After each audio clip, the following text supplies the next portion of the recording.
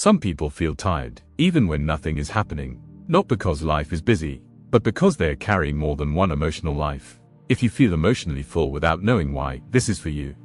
Let's be precise. Emotional enmeshment is not trauma bonding. It is not addiction to pain and relief. It is not self-abandonment. You may still know who you are.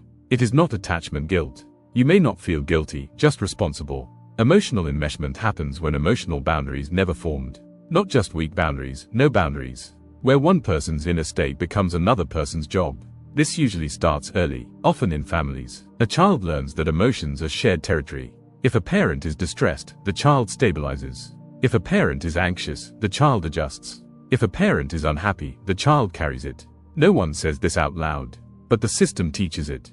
Your nervous system learns, connection requires fusion. Separation feels dangerous. Individual emotions threaten the bond. This is how enmeshment begins. Not through cruelty, through confusion. Roles blur, child becomes regulator, partner becomes container, love becomes emotional merging. Over time, you stop asking, what do I feel? And start asking, what do they feel, and what should I do about it?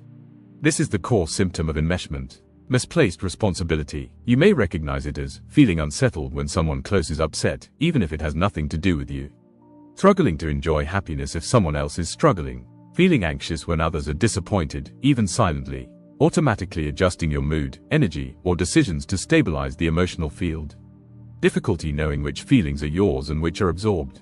This can appear with parents, especially emotionally dependent ones. Romantic partners, where moods become contagious. Friends, who lean heavily and unconsciously. Workplaces, where you become the emotional shock absorber. Here is what most people don't realize. Emotional enmeshment is not empathy. Empathy understands. Enmeshment absorbs. And absorption has consequences. When you carry emotions that aren't yours, your own feelings get delayed. Your needs get deprioritized. Your decisions get distorted. You feel exhausted without obvious cause. Resentful without permission to express it. Stuck without knowing why progress feels blocked. This is where karmic loops form. Not through drama, through repetition. Same emotional roles, same dynamics, same exhaustion, across relationships, workplaces, families. Karmic entanglement persists when responsibility is misplaced. And here is the truth you may need to hear. Emotional enmeshment is not healthy love. It prevents growth, for both people. You cannot mature while carrying someone else's inner world. And they cannot mature while outsourcing emotional regulation to you. No one learns how to self-stabilize inside enmeshment. So let's talk about healing, practically. Healing enmeshment is not about detaching coldly. It is about separating responsibility. Step 1. Learn to pause when someone is distressed. Not to fix, not to soothe, just to notice. Ask silently, is this mine to carry? Not, can I help? Not, should I help? Is it yours? This question interrupts the automatic fusion. Step 2. Name emotions internally. Their emotion, my emotion. This sounds simple. It is not, but repetition trains the nervous system. Step 3. Reduce emotional overfunctioning. One behavior at a time. Stop rescuing. Stop preemptive soothing. Stop managing outcomes. Let people feel what they feel. This will feel uncomfortable, not because it is wrong, but because the system is changing. Step 4. Rebuild internal containment. Ask yourself regularly, what am I feeling right now, separate from everyone else?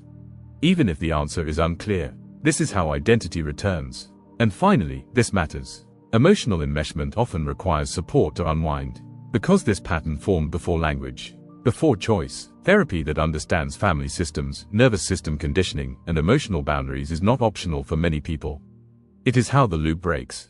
Until enmeshment ends, freedom feels selfish. Peace feels fragile. Distance feels like danger. But when it loosens, slowly, something shifts. You can care without carrying. You can love without merging. You can stay connected without disappearing. That is not abandonment. That is health. And it is learnable. You do not have to master it all at once. Each moment you return responsibility to where it belongs, you are returning a little more of yourself. And that is progress.